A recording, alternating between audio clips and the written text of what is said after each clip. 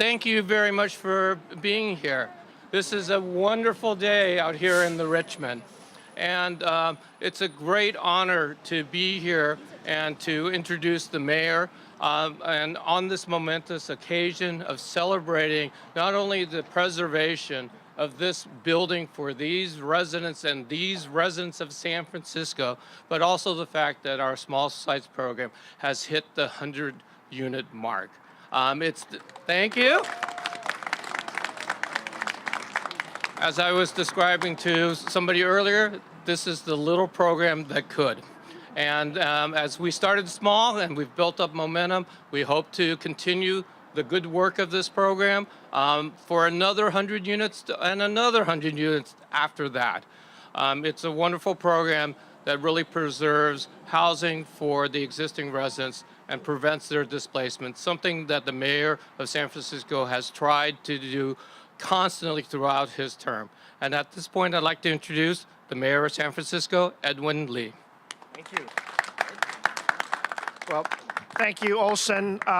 He does go by the last name, so if you want to call my brother, as long as you understand he's the older brother.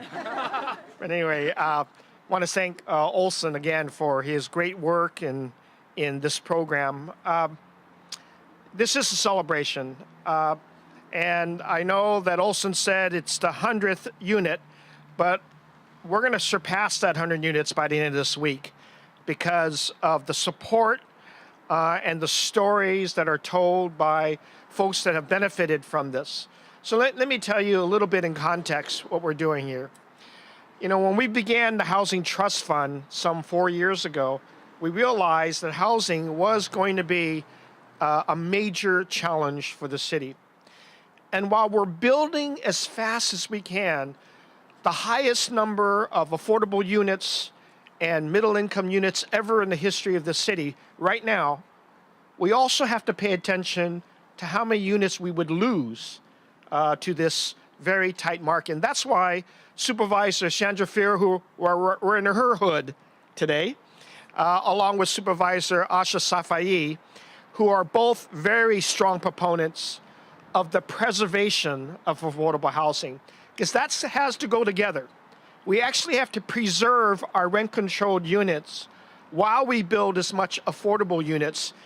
One does not work without the other if we're talking about keeping families, keeping teachers, keeping janitors, administrative assistants, first responders who are already in the city to keep their families in the city. And you're going to hear in a minute, just like I did 2 minutes ago from Mrs. Strom, it's exciting to hear stories about roots, historical roots of people who came here years ago and how their families established here in rent-controlled units. And you know, you oftentimes in the middle of the night, you see these commercials about the flippers, the people who are attracted to an industry to make money off of flipping property. And that's fine for some folks, but when you realize that sometimes the properties have live families in them who have been there for generations, or immigrant families, or people who have no other choice but to stay in affordable units, then you're talking about a story of San Francisco. And a story that I have oftentimes in my career as a young attorney as well felt very strong about, that we have to keep people in their units as well as build forward. And so I want to say thank you to everybody, including the residents who persevere, but also the tenant attorneys who are here with us because they had to get some funding as well. And I know a little bit about attorneys. I used to be one of them. And also about the housing advocacy groups on our community-based organizations that have become developers of our affordable housing. And you'll hear in a moment, I'll name some of them, as well as the financial developer groups and the banks, because we all actually have to work together for the small sites program. It began as a pilot, and we're in 103 units now in the pilot, and I think we've decided now, with the support of the Board of Supervisors, to transpose one of our old bond programs, Prop C, into now a $75 million source of revenue that will go on to buy more sites. You know, it might sound remarkably crazy that the city, through its nonprofit organizations, would buy sites, but that's the reality. In order for these sites to be preserved, someone has to buy them, and we can't let speculators buy them because the speculators will definitely kick out long-term tenants.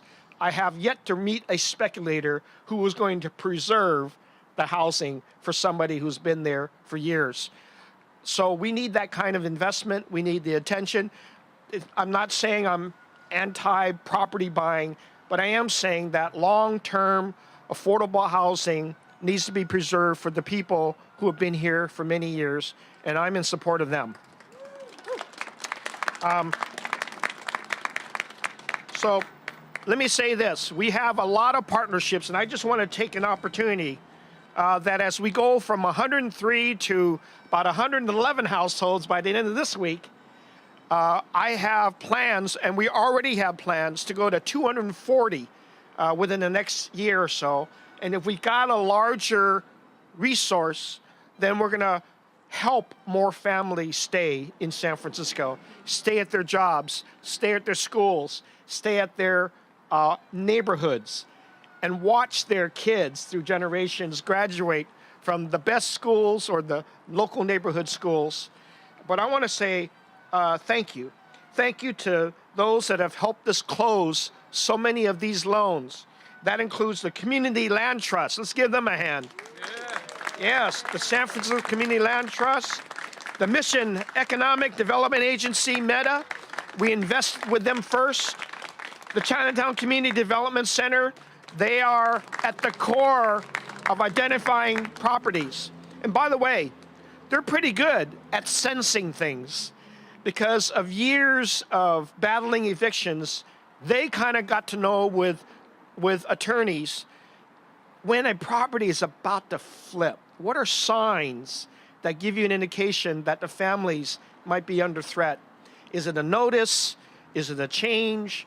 Is there something going on? They have a really sixth sense about them to make sure that we're aware of families that are threatened. And these organizations are at the heart of the Small Sites program.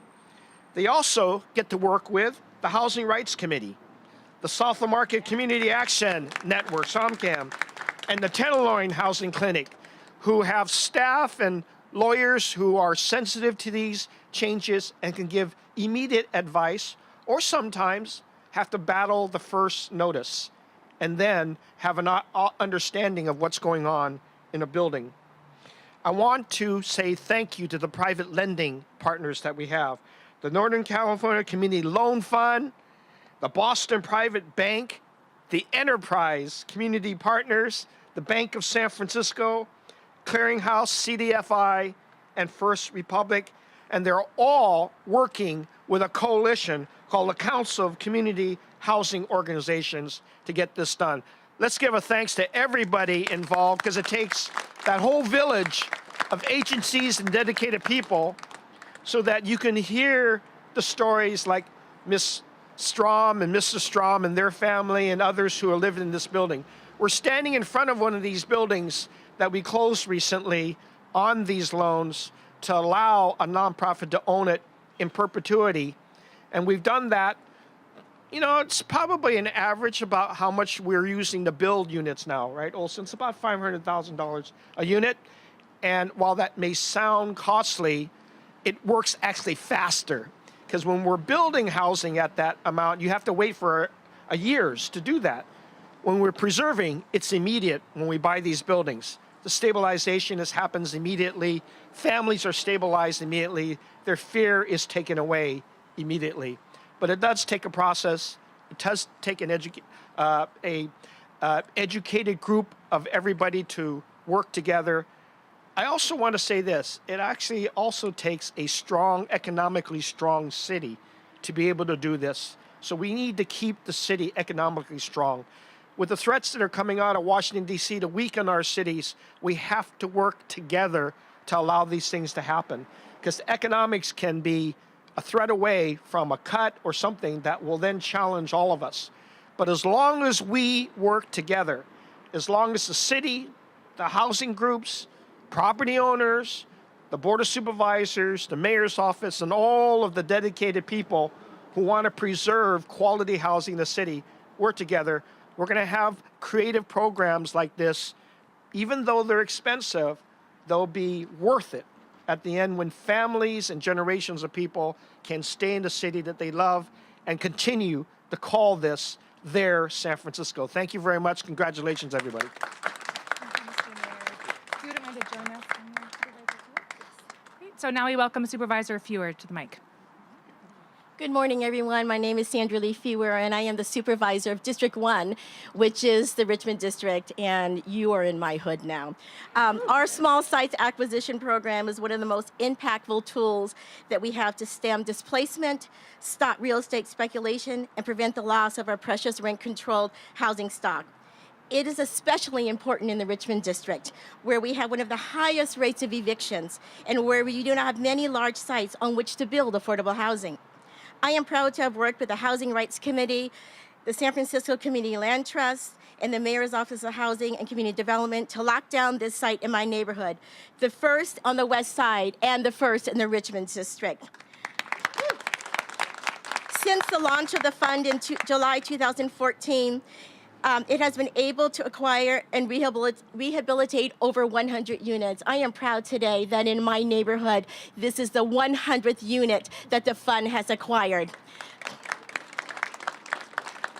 It is so important that we have this program so that I can keep my neighbors in my neighborhood. I have often said that the greatest asset that my neighborhood has are its tenants and its residents here. And so I am going to try very hard to acquire more of these units. And I also have just given Olson a whole list of other buildings that I hope they'll acquire. Thanks, Olson. And so I hope this program will grow, not just in my neighborhood, but in every neighborhood in San Francisco where people are at threat of being evicted from their longtime residences. I strongly support the Small Sites program and look forward to it stabilizing many more homes in the future. To help the program grow, I will be holding a hearing on the Small Sites program on May 10th to discuss its successes, but also to look at ways that we can expand and improve its impact. I'd like to invite all of you to our celebration on May 7th, right here on 17th Avenue in front of this wonderful building that we just acquired. It is on May 7th, Sunday, from 4 to 6 p.m., where we're just going to have a community celebration. So we invite you all to come out. Thank you so much.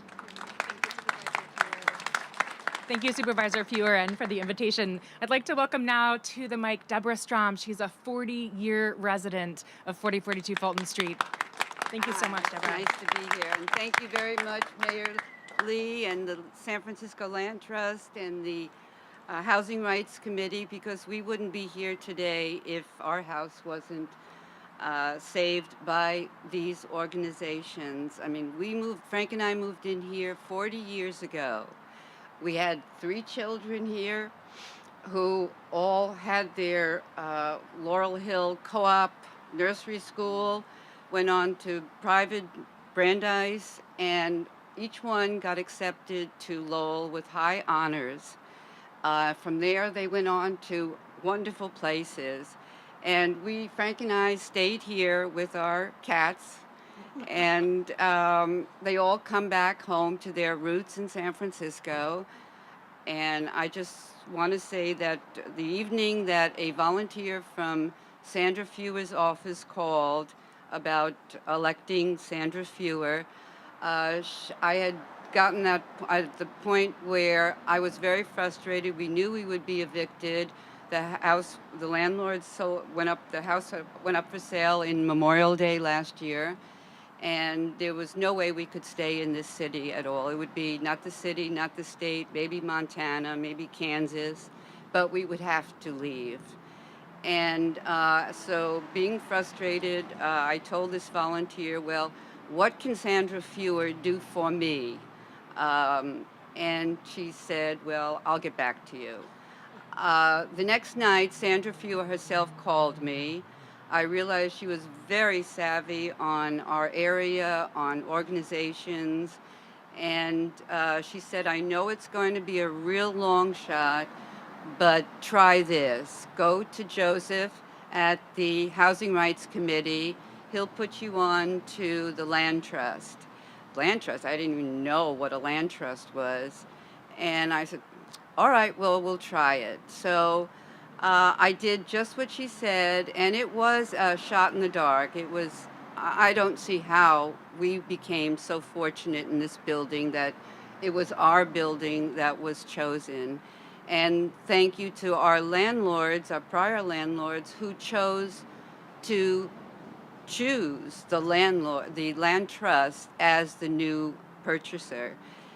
So they were good people to us. They had the building in their family for 60 years, and they were nice enough to allow the land trust to purchase the building.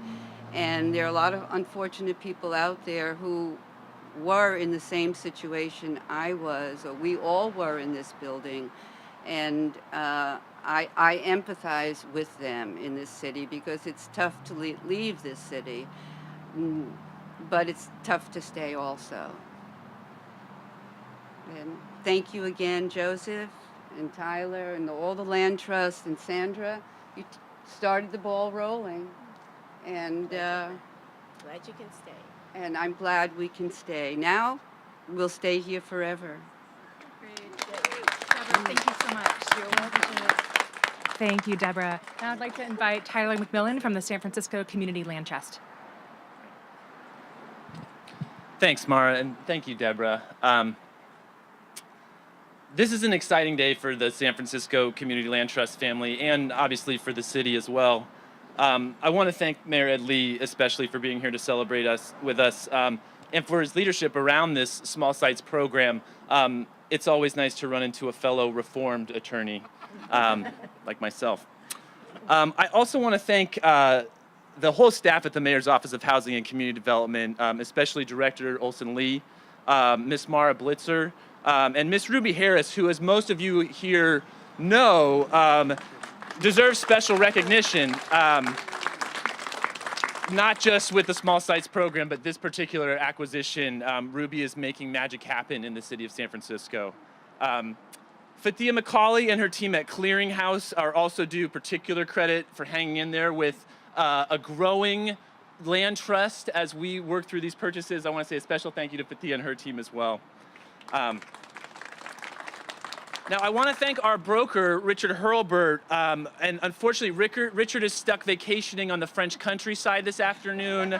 I'm sure he would much rather be here with us, but Richard has been a big part of many of those 100 units, and so we really appreciate Richard's expertise and the help his company brings. I want to thank the staff at Housing Rights Committee, especially Joseph, Cynthia, and Yelena.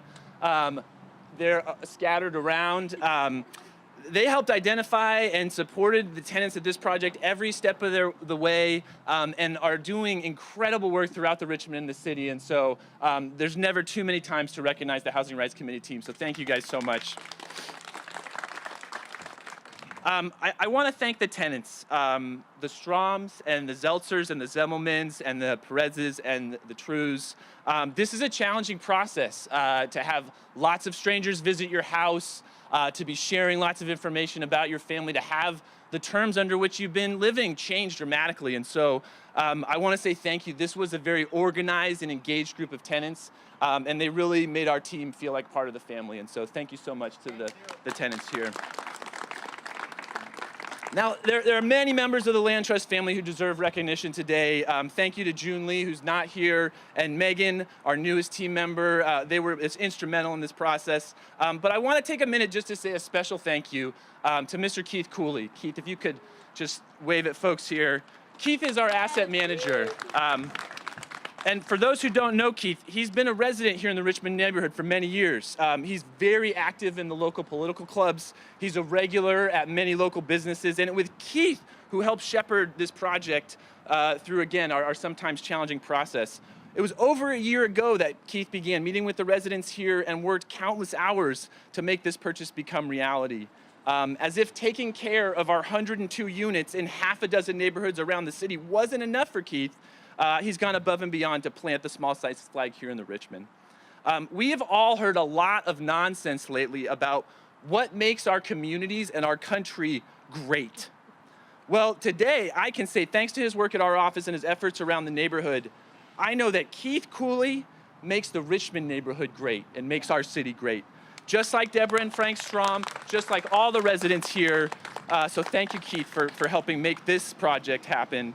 And to everyone here, I look forward to seeing you at many more of these celebrations. As Deborah said, for those of you out there who have property on your hands looking to sell it, you do have a choice. And the small site sponsors are a great choice. The Land Trust, the Mission Economic Development Agency, Chinatown Community Development Center. These are the places you want to sell your building to so that we can do a great job taking care of your tenants in the long run. Thank you all for being here today. Thank you, Tyler. Now we will please welcome Toby Lieberman from the Northern California Community Loan Fund. Thanks, Toby. Thank you. Thanks. I just want to say to follow this group of luminaries, particularly Mrs. Strom, is really difficult and to close out. So I'm just going to be very brief. I want you to know for the past 30 years, Northern California Community Land Fund has provided support in the form of lending capital for the creation and preservation of affordable housing in San Francisco and in greater Northern California. So this isn't a new thing for us. We really believe strongly in the power of partnerships to create equitable, safe, and healthy communities.